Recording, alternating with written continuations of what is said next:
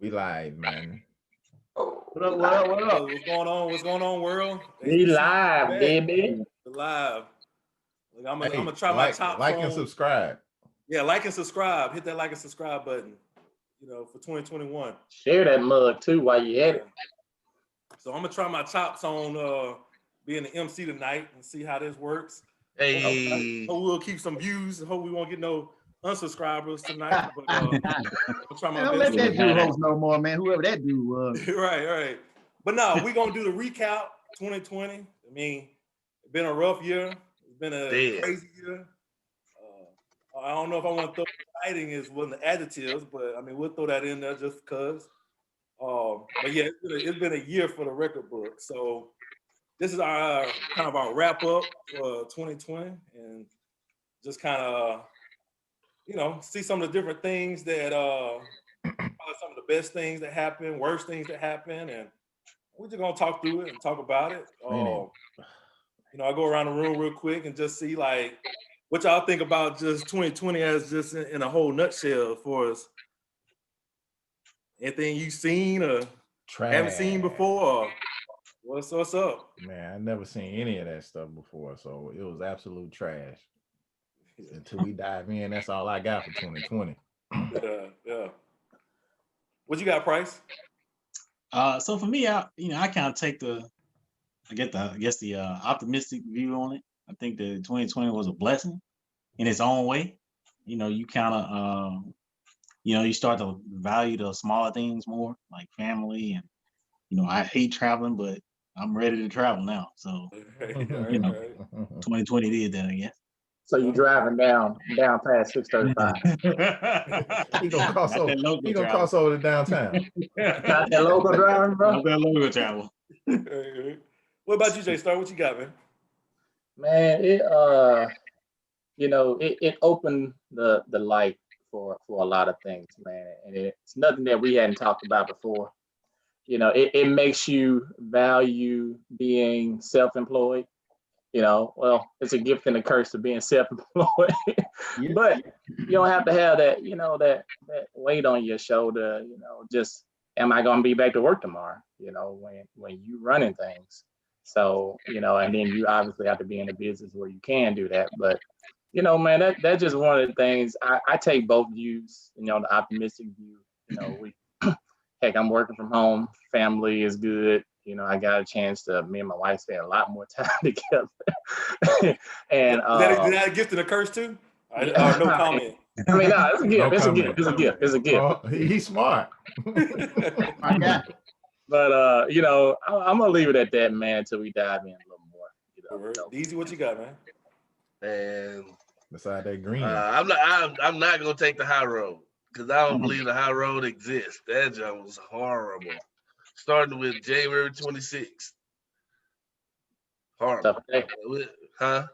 Tough day. January 26th. What was January 26th? Oh man, that was COVID death, man. Okay. Right, okay. That's when it went down for me. So it was never the same. And yeah, I don't value none of the rest of that, Jack. Everything else that happened is bad. Bad. All the months, man, you can't find no good in none of the months, bro. Nah. I don't know. I mean, like I said, 2020 showed his ass early. Like it came out. It came out the gate. Like it didn't give us no warm up. We had 25 days of decency. And then that just said, oh, gotcha. Man, in them 25 days, it was brewing up. It wasn't even for real clean then. My boy DZ J-Rock can count his blessings, man. What you got, he J-Rock? started a new venture into a new path of life. It's good in every ugly, but ultimately, Man, I kind of do best of both worlds. It was of course everybody knows it was rough. I mean, just period, man. So that was the first year I think I haven't taken a vacation. I had to cancel 4 vacations. My boy ready on them 4 lined up.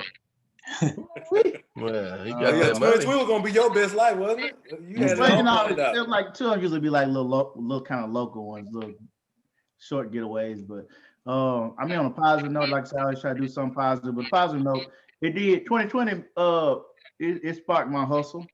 It I was fortunate enough that I didn't lose my job, but seeing all those other jobs and they closing us down and we sitting there, just kind of working limited stuff. Like, I mean, I already knew that, you really can't depend on a job or, a corporation. So to me, it sparked that fuel to make sure, okay, I need to go and get these extra streams of income going, that type of thing. So it did spark the hustle.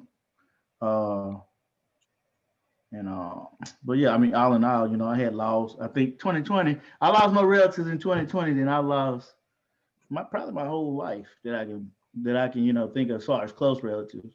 So you got that. But other than that, man, like I said, I just try to take the positive with it. Hey, I made it to 21, so let's get it. That COVID was a beast. Man, I'm gonna tell you, 2020 was trash, man.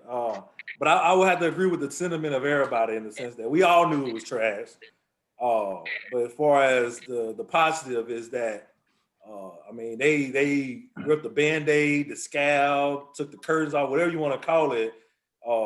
America revealed itself, in many different ways, whether it be economic, social economics and stuff, whether it be the whole, Black Lives Matter and the racism, to even just, I mean, we're seeing this COVID rollout and the warp speed and all this other stuff. And we've always kind of prided ourselves of being, the country on top for being able to do different things technology wise. And here we are, we acting like a we the worst third world country almost out here. So we the worst. So like I said, it's exposed a lot. So if anything, is one of the things like now you can see without any kind of rose-colored glasses what you really working with.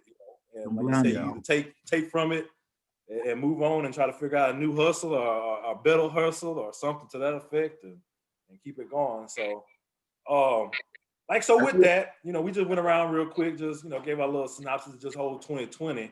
But like in kind of more detail, I want to go ahead. What you got, J-Star? Real quick, man. Real quick. I knew it was gonna be all bad, man. When Dak Prescott went down, man. Yeah, go ahead, James, with the next topic. Man, listen. Anyway, James, what you were saying? Right. What I was getting to. So I just wanted to break it down a little bit. A little details, kind of get us talking a little bit about some of the things that happened during 2020, whether it be the most controversial, inspiring thing, even as far as pop culture stuff. As far as I know we got half of us, or majority of us, shoot heads. So what was the drop? Because I mean, 2020 was crazy for these drops. I ain't gonna lie to you. And most of us got L's too on these sneaker apps. So we can talk about that. And then we all been stuck inside. So for me, music been my kind of salvation to kind of get out. So I've been going through a lot of albums and this and that. So kind of get y'all opinions on what some of the the better artists or albums that came out of 2020. We just kind of play it by ear from there. I know you mentioned, man, like the most significant thing, for 2020 for me, bruh, just to touch on that, man, to me, I guess it probably is COVID. And just from the sheer number of deaths, it showed just by everything, bro, from voting to racial inequality. It peeled it covered so many bases because of course Black Lives Matter ranked up high. I mean, look at us, bro. This 2020 birthed HBCU. So, I'm grateful for that. Like Price said, man, it's a lot of little things I'm grateful for in 2020.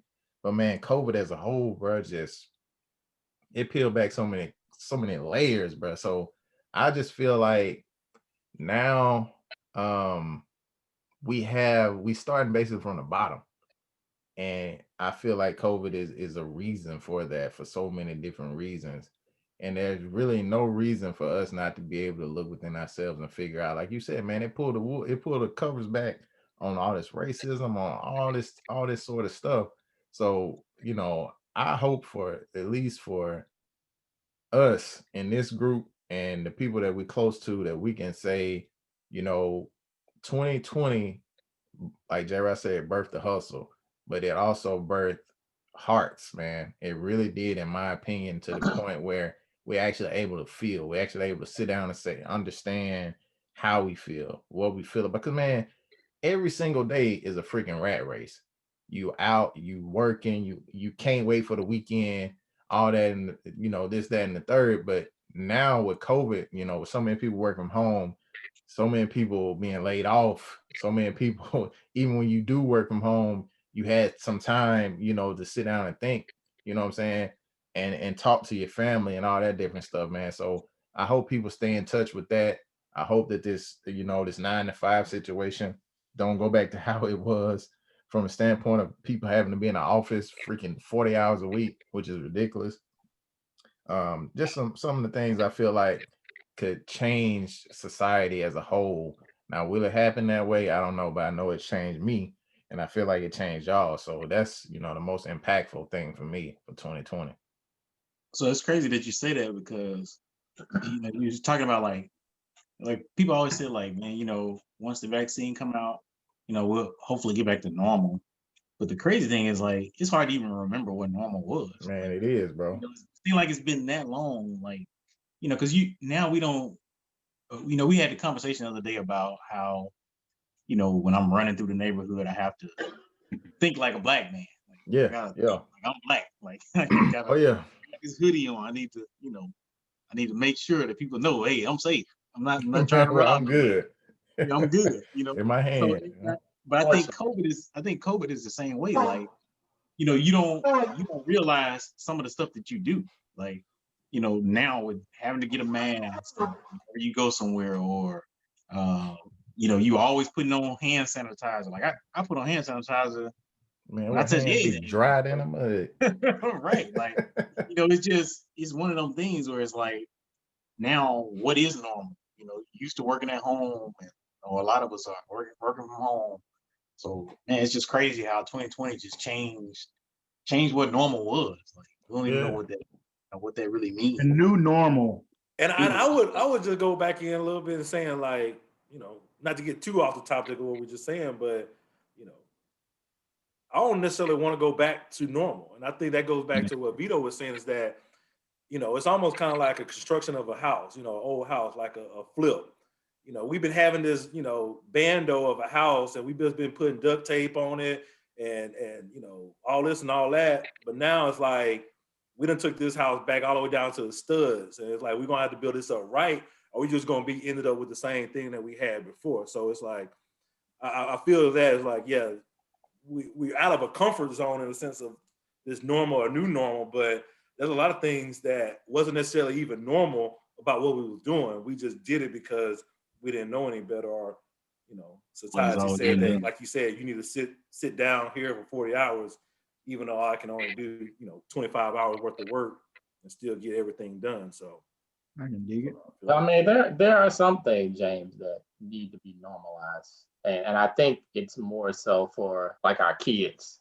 Like I can't take my daughter to like the bounce house place or the trampoline park right now, and like for school, the kids that are working remote, they need a sense of normalcy.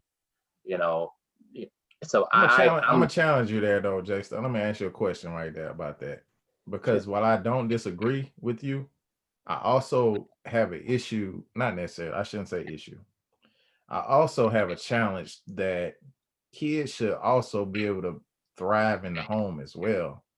I saw a lot of situations where they talk about mental health just because they're not able to go to school. That's kind of hard, man. Like it's hard to imagine that your child suffers mentally just from being around family. And I think I get it, but at the same time, I also, like I said, I have that challenge to say, while interaction with other kids is ultimately important, but that wasn't necessarily the focus. It was also focused on the ability to learn within the classroom and to be able, I feel like while that stuff is important, I feel like the emphasis was way too strong, and to take it as far as to say man, they're really struggling and they're really having a hard time after a few months, like something is not right with the state of mental health for children. And that, I mean, we know that anyway, even with them going to school. So. Well, that's not just children, bro. That's No, I adults know too. that. I know that. But they stressed. The reason why I said it because they stressed about children. Oh, we got to get our kids back in school. You know, they're struggling and this, that, and the third. I'm like, I feel that, but at the same time, bro, it's been 3 months. Like, bro, your kids shouldn't be, struggling being around family. I think there's some things that need to be looked at in the household, in my opinion. Yeah, I'm with. I mean, that's a different topic, though. To me, like and Price, you can probably speak on this better than I can. As far as the structure and like they not in school but I don't know, they 4 or 5 hours. They got like breaks, like hour breaks. I'll let you talk on it, Price. Bro, virtual learning is terrible, in my opinion. Yeah, it's not ready. It's terrible. Like maybe it's just from they didn't prepare enough for it. Yeah. Or didn't have the time to prepare really. But it's terrible, man. Like, like I said, we are parents who are involved in our kids' learning. So we actually pay attention to the emails that they send out, the different formats that they use. I can only imagine where you have parents who are too busy to do that. Like if there was a single mother working two jobs just to do what she got to do, and she don't have the time to put that effort into her child learning. So she basically just depend on the child who may be 10 or 11 to do it himself. But man, it's one, kids need the social interaction. Oh yeah, without doubt. Part of the development of their brain is the social interaction. But also being around peers, there's a big emphasis on being around peers. And like you said, maybe being around family would be beneficial. But I think for so many kids, there ain't no family there. Like, oh yeah, definitely. Now that's a different conversation when you're talking about childcare and stuff like that. But man, like I said, what I'm referring to, because everything you said is 100% correct. But what I'm referring to was maybe 1 or 2 months in, they were talking about getting them back in school when it was dangerous, when it was still like not the thing to do. They started talking about some of the struggles, and these kids, some suburban home kids, of course, I mean, you need childcare, you got all sorts of things, like you said, single parents, all these things, those are other issues. I'm just referencing the fact that the frailty of the child's mental state is just extreme, and the way they put it just seems so very extreme that we need to address that even now after when they go back to school. I think if I'm correct me if I'm wrong, Vito, but I think to me, because I agree with V. To me, the kids feed. I think a lot of that comes from the adults, because kids feed off your vibe and your energy. Like, and I can just speak for like a lot of the parents and stuff here. Like, dude, you would have thought they kicked the kids out and just gave them a school lesson of like, go for it. Like, man, I'm not a teacher. Man, I don't get paid to teach. And I'm like, that's your damn child though. Right.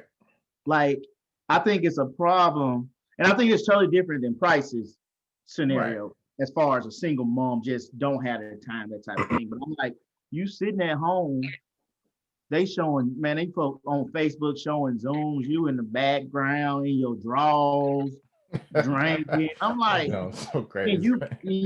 I'm not a teacher. I'm like, yeah, but at the same time, at least how I came up, my teacher in school for us was a reinforcement. Yeah. Of what I learned at home. I didn't go to school to get raised.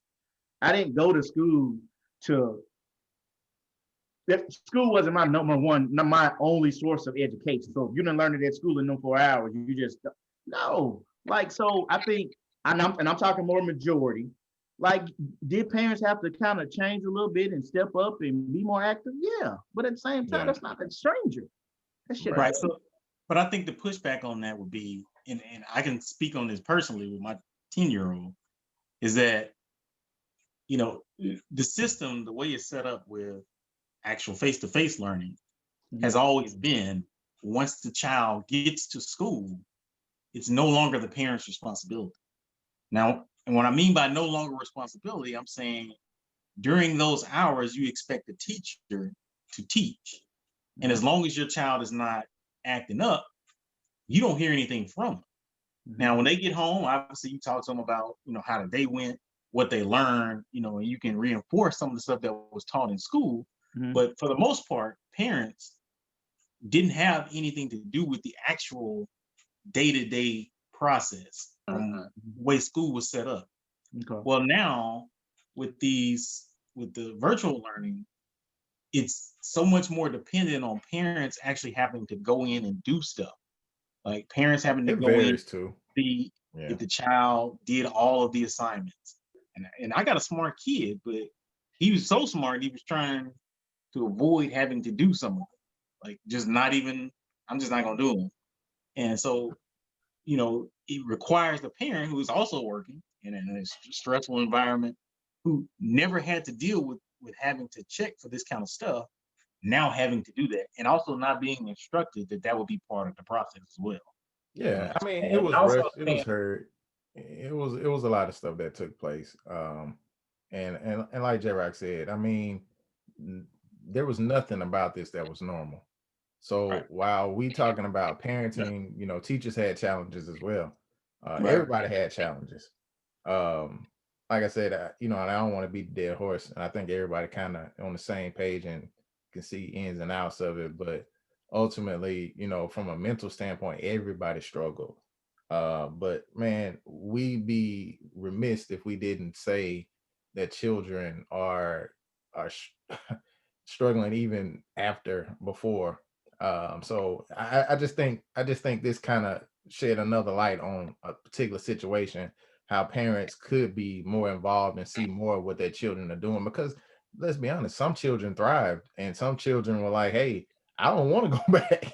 True, my dude Jada was like, I don't never have to go back to school. I'm straight. That ain't the only place you see, man. It's 2020, bro. That ain't the only place you see other kids, bro. It's not. Like for younger age has a lot to do with it too, though. Yeah, age does. Not say that, Jesus. Just about. That's what I said. Except for younger kids. You know what I'm saying? But even younger kids, bro, let's be honest, bro. They playing that iPads at 2, bro. If they got a friend, they can call their friend on their iPad. that part of it is true. But I'm talking about like as far as a learning scenario. Yeah, you know, it's different when your teacher can be in the room with the second grader. Oh yeah, and help absolutely. them with the reading. You know what I'm saying? Oh yeah. I agree. Bro. 15 years old, 16 years old, yeah. I mean, they like, shoot, I FaceTime my friends and anyway. They put all of them in the same category. As somebody who has a second grader and a pre-K doing remote, I can tell you, it's a lot of work from the parent side of it. Right.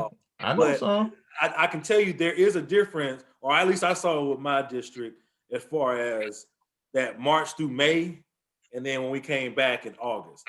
March through May, they didn't know what the hell they were doing. Like they literally was like, here goes some sheets that we scan, and you can print them off at your house and take pictures on your cell phone to send them back to us if you want to. We still gonna mark it that you did it. Then you go to August, and they actually worked over the summer to create a better learning plan, a better schedule, different things of that nature. And just like how Vito's saying, man, my kids, you know, they've been playing with iPads since whatever. They know how to get on. They've learned more stuff off of YouTube, educational stuff, mind you, than they have in their classroom. So when a teacher puts up a video and says, follow this video of me telling you what to do, and then you can go into that app and you do the work, it's not as foreign. It's not as foreign to them as you guys are making out the scene. So no, I don't think it's foreign. Also, which I was saying earlier, and I'll let you get into these real quick. I think it was like how J. Rock was saying, the kids feed off the parents. I had people that I was working with, bro, that third, fourth weekend, they just like, I'm ready to get back to work because I just can't even deal with my kids. And that goes back to Bro, I heard that some. I heard that so many different times, and it's just like, hell, I heard J Star say it at the beginning of the thing. He's like, man, I can't with Bailey. She all over the place. I can't work. And there's some, and I would tell you this. I get it for certain jobs because there's certain jobs where you're on the computer constantly. You have no breaks, even if you work from home. And there's some that allows you to be able to walk off the computer and do different things. So that nigga don't be working. That's what I heard. I think, like you said, if you put down on your kids as far as scaring them, thinking that, you know, the situation is bleak, you stressing yourself out, they sensing that and they internalizing that. And I think that's where you see a lot of, because the kids ain't just saying like, oh, I can't see my friends, man. Jace was FaceTiming people. They on Roblox talking on message boards. I'm so tired. Very a mental aspect, FaceTiming and playing video games and all of that interaction. That's not the same interaction.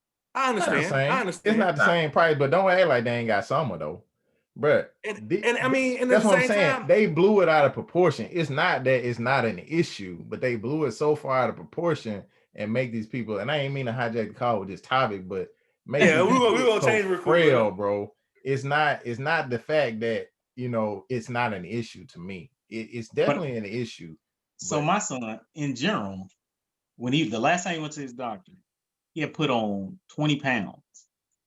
He's got a friend who put on even more than that as far as weight goes. So I'd imagine that, and these are kids that are somewhat active, like involved in sports, but I imagine that they're kids, we only talk about our kids for the large picture, which would mean they coming from neighborhoods and schools that are not terrible schools. Like we all live in fairly well-off communities. So, you know, our kids are able to go to some of these schools that are, you know, probably more prepared. But when you talk about kids that aren't as fortunate, who don't go to some of the better schools, like I can only imagine, you know, what's really going on in them schools. And if we were to try to take this and move this into let's do this in 2021, because they don't necessarily need to keep that same school system that they had, I don't think it would work. Bro, here's the gotcha, and we can move on at this, Jane. Here's the gotcha. These kids ain't doing nothing in the schools they in now. When they go, they steady failing. Inner city is trash. Books old. Right. All types of stuff, bro. They got them lean on me books. It ain't about the kids and seeing other kids, bro. Seeing other kids, them niggas ain't learning, you know, mathematics from the next kid. They are learning true social interaction. But if they still going home and getting fat, that's because there's a lot of snacks in the house, nigga. And the parent ain't saying go run around the backyard. I ain't saying that's what happened to my boy. I'm just saying I know he was just at the house chilling, eating. But you know, that's what everybody doing though. Oh yeah, I know that's what everybody doing, right? That's that's what they will be doing if we move to this more permanently. Like, they'll be able to go outside. But it also as a parent, like, okay, if I know, like I said, it's gonna take extra work. I get that, and I know everybody might can't do it, but like, even if you like, we babysit my little niece, she's 4, and she'll come with you. I'm Jay, can I have a snack? Can I have a snack? Can I have a snack? Every time she go by the cabinet, she'll ask for a snack because she see, no, you already ate. Go play. Right, so sit down. J-Rod, let's use you for a second. You have to go in physically to work, right? From 9 to 5. By the time you get home, when you taking, let's say you had a son, when would you be taking your son outside to play in order to get that physical exercise? I mean, you could do anything. You can play catch or anything. Okay, I can't mind. Well, okay, if I'm at work, then my wife is gonna be home, so she takes Gabby out now. Okay, let's go play ball. But everybody ain't that fortunate though. Right. There's a lot of people that's not that fortunate though. Look, what I'm saying is, I'm not speaking to those that aren't that fortunate. I'm saying there's a vast majority that are able to. Yeah. I'm not speaking to the poor. I think you're overlooking how many people that is. But even the ones that ain't fortunate ain't fortunate now with school is what I'm saying. That's what I understand. They still ain't going outside to play. They parents still but they are going outside to play. But they not as able to just go to the snack drawer and get no chips either. Right. And they are going outside to play because they in school. They bring them They in to school, so they going to recess.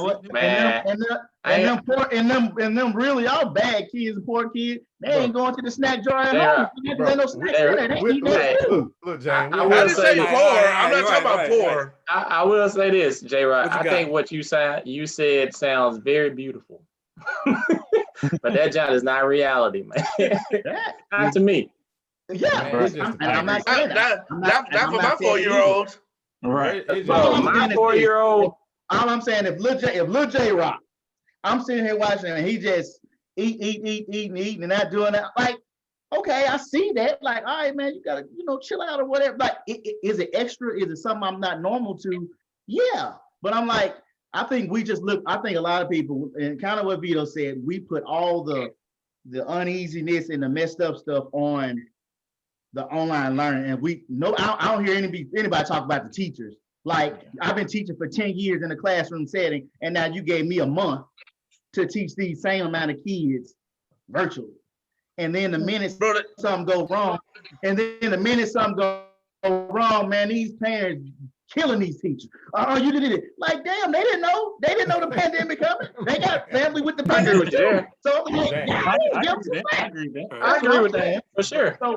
We'll have another call about the school system. Yeah, go ahead, we got to table that one because that was a whole different topic. All of y'all are in the school. With this call, like I said, I knew COVID was going to take up a lot of time. That's why I tried not to kind of talk about COVID, because I mean, it's the elephant in the room. I know. I mean, it took up the whole year, and we still taking up, bro. We talking about 400K people dead, bro. So yeah, it's nothing you can't. You cannot talk about every 2020. 15 minutes right now. People in California dying every 15 minutes right now. It's stupid, bro. Crazy. It's crazy. So during this call, it's crazy. It's a whole crazy situation. So with that, let's try to make a little bit more positive note. Inspirational. Come on now. So what was the most inspirational thing or event? Anything to that nature? A positive thing? I speak about this sounds crazy, but I speak about a sports incident with Alex Smith. To me, I thought that was very inspirational. Okay. For a dude to break his leg like that, almost lose his leg, almost die. And for him to be able to, for one, I don't even think I would have been pushing them to even go back again. Right. He got beautiful wife and 2 beautiful kids. Like, what's the reason? He done made all his money in his career. He 37, 38 years old at the time.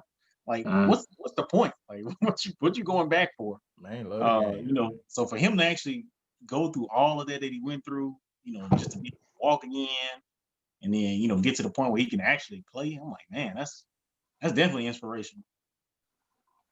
I can dig it. I'll say this, man. Mine go pretty deep because it's probably one of the most tragic situations, and that was the death of George Floyd. And why it's so positive, and one of the things that stuck out to me was Dave Chappelle when he was, I don't know if y'all saw that skit when he was talking about Emmett Till. And he was saying Emmett Till's death was so tragic that it became like so inspirational because it changed the way it changed everything. It changed the course of history. And so with George Floyd's death, it to me, it changed the course of history. It's the reason why we're here today. We became so, we had such a Black Power movement, that I haven't ever seen. We started supporting Black businesses. We started doing things together. We started rallying around each other, whether it's men and women. You saw more podcasts, you saw more topics. You just saw people started wanting to have some sense of self-fulfillment, whether it's entrepreneurship or podcast or whatever, man. So I don't think I've ever in my lifetime, and we've talked about this so much, like if we can just circulate the Black dollar, if we can just support each other, and after that happened, we did so much of that. It was a joy to see, bro. Like lines for to get to restaurants or like down the street you know, and I hope it continues, but it was pretty dope. What you got, Vito? I was listening to J-Star, man. That was dope. It was dope, man. The reason why I snapped my finger is because that's how long that jam lasted, man. The vibe ain't there no more, bro. It's just not there. Like, if it is, it's hiding. I don't see it anymore. And it's not because the protests are over and things like that, but black support just don't it doesn't have a lasting effect. And if I'm wrong, I apologize to all the black supporters. I know it still happens. I mean, I feel like I'm one of the ones that, try to support black stuff as much as I can, but it's hard to find. And, that's not necessarily anyone's fault. But I agree with J Star. That's probably the most inspirational, not George Floyd's death, but just the fact that black people for 1 second was like, man, this is horrible. We all we got.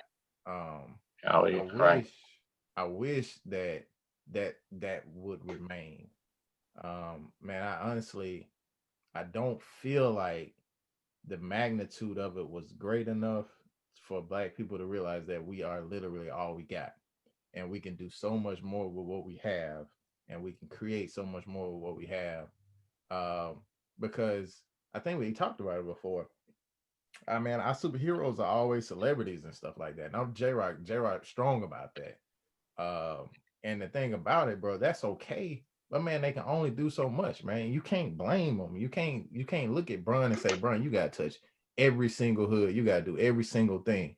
And like I said, that's the reason why we here. So that's why I feel like, as far as inspirational, the Black Lives Matter situation just kind of awakened a lot of things in a lot of good people's brains. And I'm hoping that these good people will continue to grow it. Because I'm not clowning. I just don't feel like that same support that J Star saw with the long lines was still there. I don't necessarily see that. I don't necessarily breathe that right now. But I feel like if we as people continue doing what we're doing and continue trying to motivate each other to do more, because man, I don't, after this call, we talk all the time, but we still have to continue moving towards our goal and what we want to do. And I think us as black people get stagnant. We sit back and watch and wait on the next big thing to jump onto.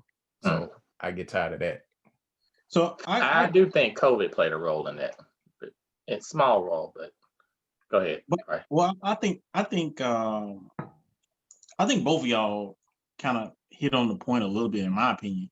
Like I think that it was, as J Star was saying, I think it was a lot longer than some of the other incidents in the past have been. As far as people actually way more powerful. It felt like it was more of that was like a breaking point.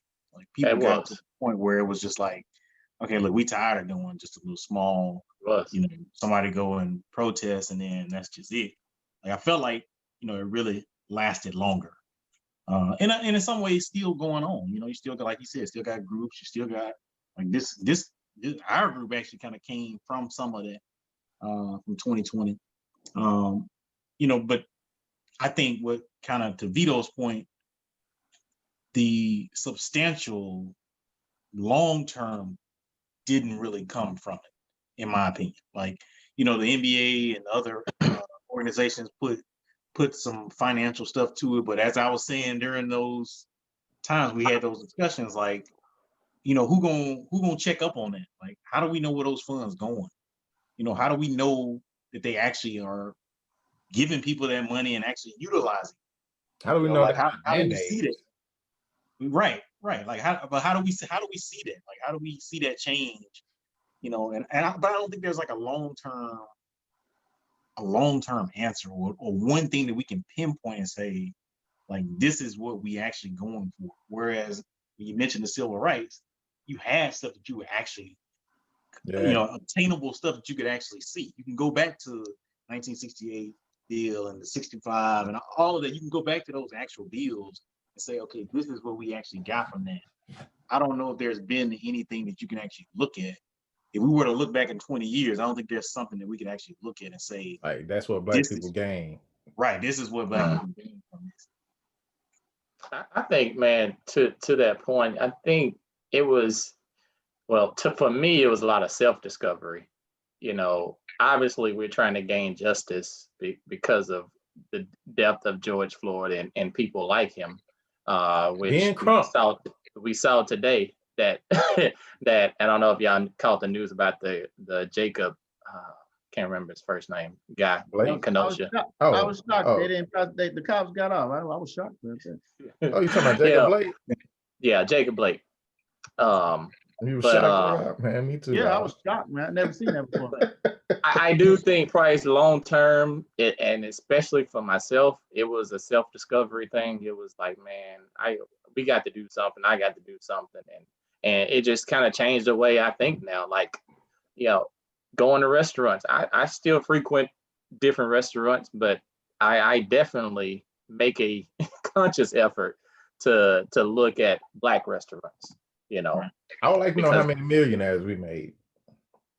Honestly, I'm sure we made a few, bro. I would like to know. I'm not saying we didn't make it. I definitely would like to know, and I would like to see those, and see how, and and it wasn't just about making millionaires. It was keeping the employees employed. Because that's part of making millionaires. I feel like that's what we need to do. We need to make millionaires, bro, because once you make one, you make another one. It's light work. I still think it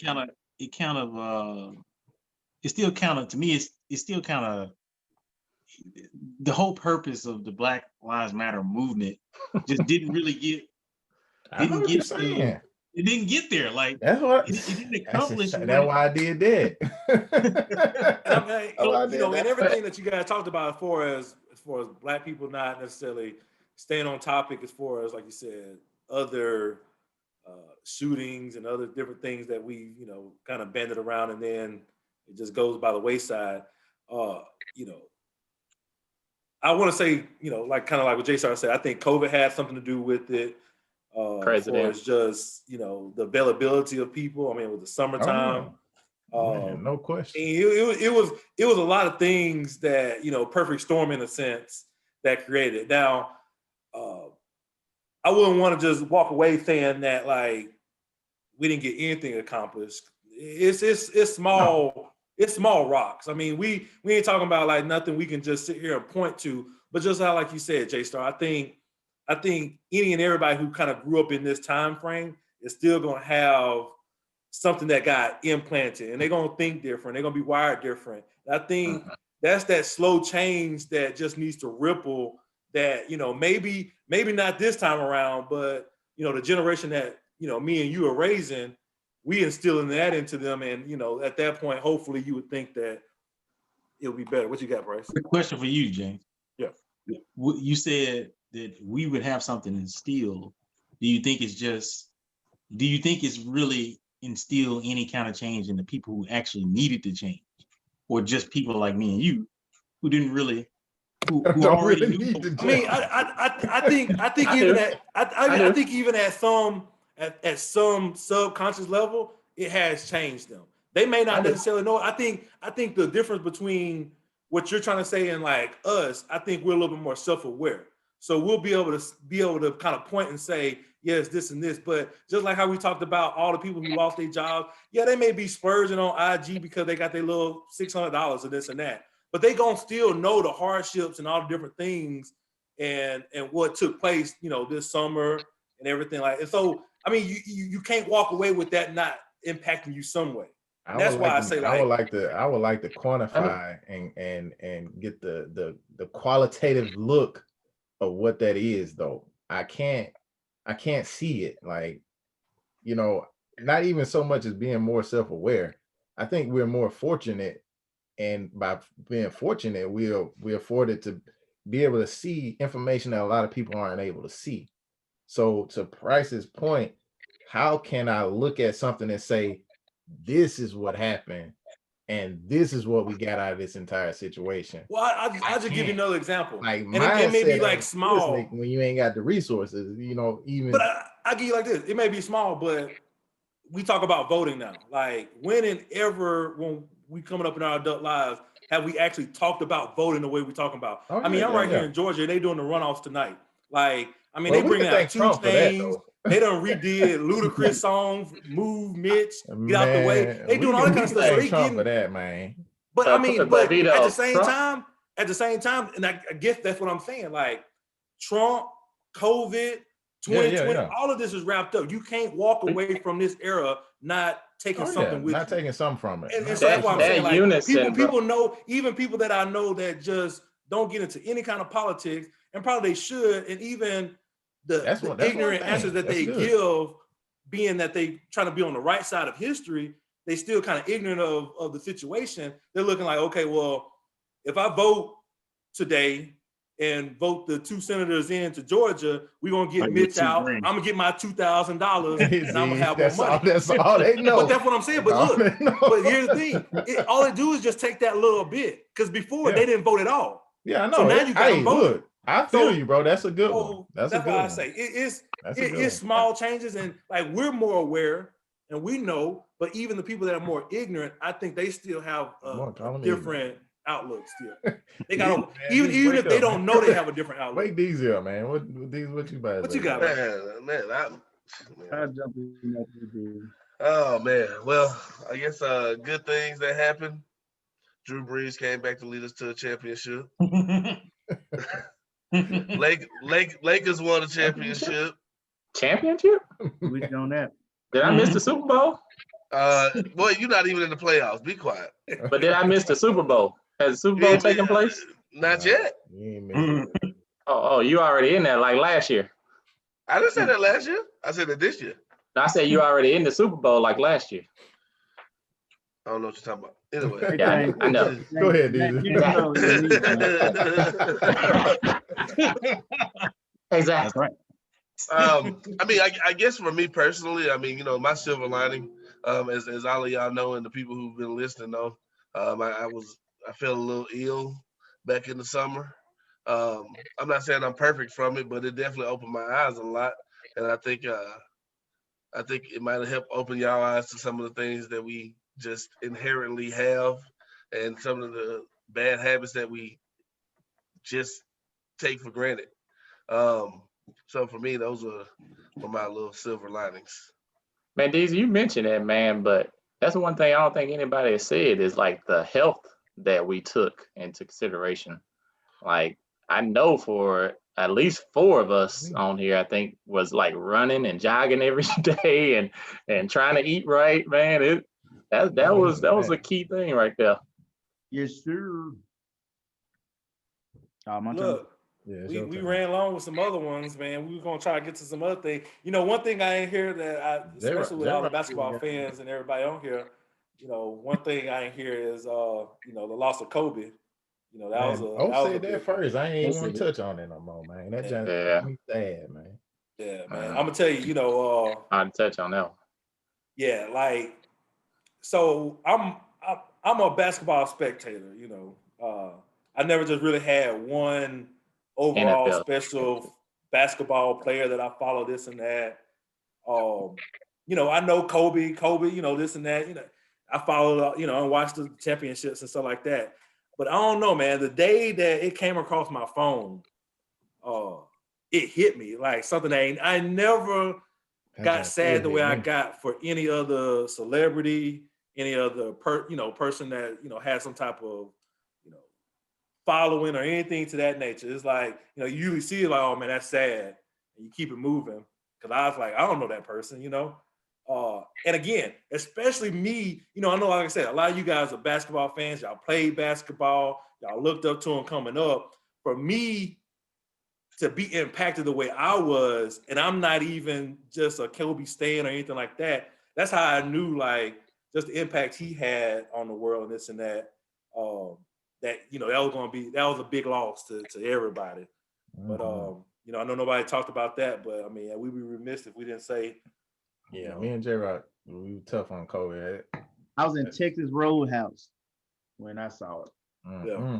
One of them. J-Rock, we ain't want to cut my boy out though. No, real quick. No, it's just like, I think, like you said, that Kobe thing to me, it hit like, it's like that 9/11. It's like one of those things where you know exactly where you were, what you were doing, like when it happened. And I think the biggest thing with the Kobe thing was, what I've been alive. We're alive from Michael Jackson dying and some more greats.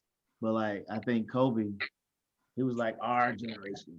He was like, what I'm saying? Like everybody, oh Jordan's great, but I saw Jordan like last 3-4 years and on tape. I saw Kobe 18 with the fro, shot the air ball on his first shot. So it's like, and then you see him go to what was he when he retired, 34, 35 or whatever. So I think you grow up, you kind of grow up with them. So that's probably one tragic thing. I guess when you say inspirational, me and my wife beat COVID, so we clap for that.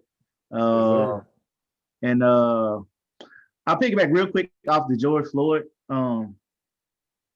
Piggyback George Floyd and what Vito said, because I agree with both of them. I think the George Floyd situation, of course, we know how tragic it was. It wasn't new. I don't think anybody was shocked by it, but I think it was kind of like you just got that ton of bricks on the house, and then that feather came, and then the whole house collapsed. So that was like just the end all be all.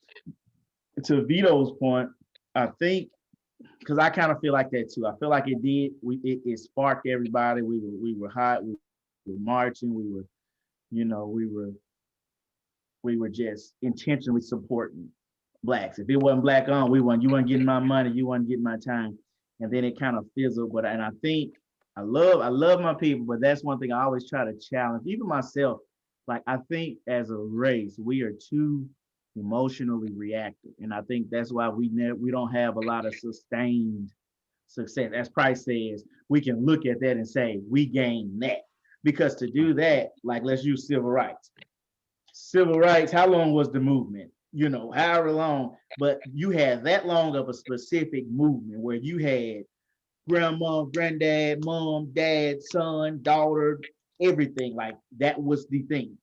Now we have, thing with George Floyd, and then, you had COVID, and then you had the voting. And it's like, as blacks, sometimes we just look for that controversial thing and we latch onto it. And then we're on fire for 3, 4, 5 months. And then it kind of just fizzles. Not saying that everybody stops, but like that intentionality kind of goes away. And then you're going from George Floyd in, I'm just saying a month, George Floyd in August, and then December, you on TikTok talking about the latest dance on TikTok. So I think that's what hurts, that intentionality of it. And I think that's why we have growth, but you have that, it's kind of like that slow growth versus that substantial growth. And as a race, we're so far behind. We need that big push. Like we already like 100 feet behind them, and we inching, and they steadily running. So go ahead, Vito. Oh man, so my question to you, bro, like maybe it's just me. I mean, I guess this question is kind of for everybody, but bro, like when all this stuff was going on, man, like I felt like we as a people should have been able to go anywhere, like, and be together and see each other and be like, bro, I'm sorry. Like, bro, I love you. Like, bro, you safe here. Like, and I say that because, being black, bro, it's certain areas, nigga, that you just can't go to because you might get robbed, you might get jagged. You know what I'm saying? It's just rough areas. But like for me, bro, I felt like, personally, I felt like that should have been the shift. That should have been the change. Like, dog, you the same color as me. We going through the same struggle. I see you. I know you get the same beef I get. Like, bro, you fam. So I just feel like I feel like, nigga, if I go up in Wendy's, bro, and I feel like I should have been getting extra, like, hey, how you doing? All it, like I just felt like that, bro. Like I felt like that with everything. And that's how I treated everybody else. Not saying it wasn't reciprocated, but all the time it wasn't reciprocated. You know what I'm saying? Nigga, if I see the Walmart greeter and they black, I'm like, man, how you doing? You have a great day. But that's how it made me feel. That's how this whole thing made me feel. And I think the thing about that is, because I will say, I think James said it. I do think, to me, it's almost like the seed was planted. So you're not going to see the full effects right now, but like just in banking, I will say, since COVID, I've probably opened more business accounts than I have the last 2 years specifically for blacks. I'm talking about, I got people, hair businesses, I want to do these taxes, whatever. So like, and I talked a lot on what happened. Some of them is COVID. Well, I lost my job. Some of them like, hey, well, man, now or never, that type of thing. So I think it did spark there. To your question, I think we talked about it at the very beginning on one of our first episodes. I think the mindset, man, it's you got a lot of people that's been drilled. You don't trust black people. Yeah. I'm serious. You just don't trust them. Forget Yeah. if they look like you, or or they grew up in neighborhoods where if somebody got something better than me and I want it, I know I can't get it. I'm not smart enough to get it. I don't have no money, so I'm gonna take it. So that's the brainwash. That's the mind altering.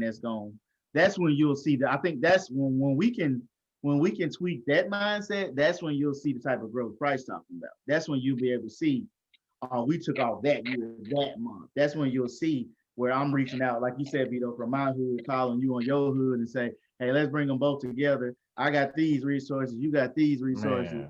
and let's make it happen.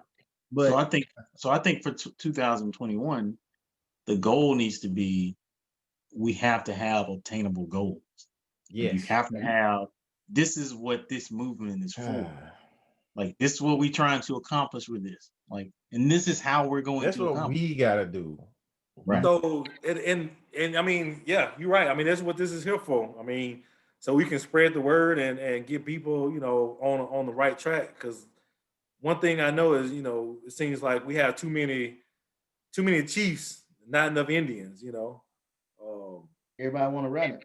Yeah, from we had the episode with the cube and the platinum plan, or I think that was the platinum plan was Biden plan, I think it was called.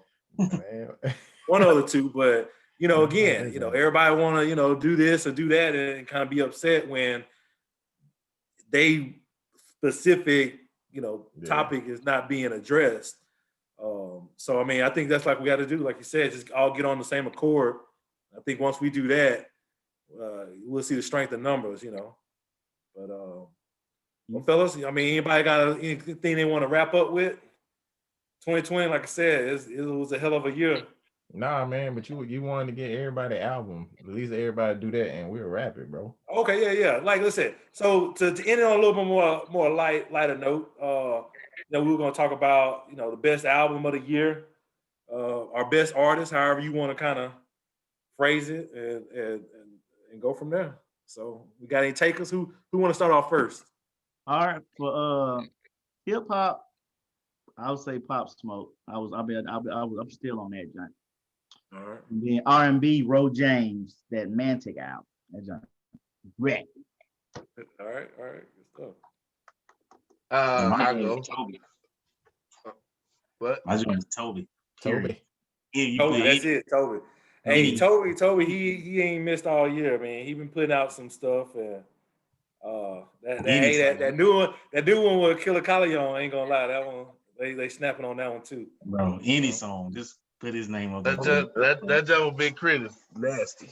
Yeah, that too. I can't forget about that one too. That was Yeah, true. so yeah. But J-Star? These had one. Go ahead, Deez. DC also. Oh no, I was just gonna say, man, not my homeboy Vito, but Vito the singer, new kid, that's just nice, man. Get in that gym. Exactly. I've been bumping that joint a few weeks. Yeah. What you got, J-Star? That Justin Bieber was busting, man. He ain't playing, y'all. Don't let him fool you. Oh man, this may come as a surprise, man, but I did talk about it a few episodes back. That T.I. was my joint, man, for a long time, and I've been listening to a lot of Toby too. So I'm with Price on that one. And every time Toby come out with something, which is like every other day, every other Sunday, let you know. You definitely know you have to read it because the outfits always look the same. Man, what? Hey, man. Kanye jump my boy be wearing. Man, them socks, man. My boy stay with the socks. Them two socks. What you got, Vito? Who you been bumping? Man, y'all know me, man. Toby dope. Anybody that's in the realm of crit dope, So I feel like they kind of similar. But y'all know me, man. I like East Coast stuff. I really like Karma 3, Dave East. That joint go hard, man. Hey, and like Dave don't really have a lot of stuff that's just bumping, but that joint right there go. So I'm tough on that. Other than that, man, I listen to a lot of old stuff, so I can't tell you a lot of new people. I really want Corday to have some more YBN Corday to have some more stuff because he the truth. That young kid right there, he different. Of course, we look for Kendrick and stuff like that, but so Corday and Dave East for me. Dave East nice on his storytelling. He from that Nas tree, so he nice on that storytelling. One other person, man. Karma 3, dope, bro. That Jonah. Yeah, I like Jonah too, man. He ain't dropped nothing though. Yeah, he kind of early like Logic for me. I think they both dope, but I think they try to put too much into it. Like they too dope. That's what I feel like. But I like Jonah though. He's straight. Yeah, my game. I had a few. Like I said, music is my escape. So I'm always listening to somebody. But if I had to put some of my albums up there, I had a couple actually. That Freddie Gibbs. Oh yeah, there you go. That Alfredo with Alchemist. That was Freddie Gibbs. He be having that wordplay. If y'all ain't on him. Oh yeah, he go. Freddie go. And that Currency. I mean, Currency always dropping something, but that with the one with the Harry Fraud. It was actually two pieces. So it had the Outrunners and then the remix or the Lost album, if you want to call it. I'm still on that joint with him and Wiz. That latest. Was that Jim Jones from this 2020 or 2019? Which one? That was 19. Yeah. 2019. Okay, yeah. I like that album. I'm gonna tell you the other one now. My two ratchet picks would be that 2 Chainz. That 2 Chainz. Oh, that joint nice, bro. That's nice, man. You talking about the joint Bron did? Nah, you talking about Straight to the Lead. That was 19. Yeah, okay. So Help Me God was the one that came out a couple months back. Yeah, it's all right. It's straight. It's definitely it's definitely street music, man. It's street music, man. I put it in a different realm because 2 Chainz is 2 Chainz. Like I like 2 Necklace, man, for real. I ain't finna just say like he this or that, but 2 Chainz gonna get you. He gonna get you to your destination. Jay, when you mentioned 2 Chainz, man, you made me think about the verses, but that job was all 2020. Like the verses battle. Yeah, verses. Versus, that was the thing we didn't really talk about. That was something that came out of pandemic. That was pretty straight and everything. Yeah. But except for the E40 and Too Short. I like 40 Water, man, but I ain't even watched that one, bro. I ain't say that. You ain't missed nothing. I was all missed nothing. I actually did watch it, and you ain't missed nothing. I like 40 Water. Had you like Nate Robinson? I'm different. I was in this job like this.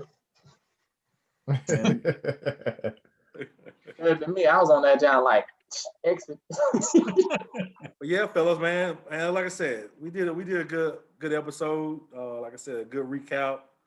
We talked about some lighthearted stuff. We talked about some of the more important things that happened to us in 2020, and things that we can take away from 2020. I think that's the biggest thing is what you learned from 2020. Right. What you're gonna apply, to your life going forward. We're gonna apply some action to HBCU. There you go. And I need everybody that watch this to like and subscribe and comment below this area here.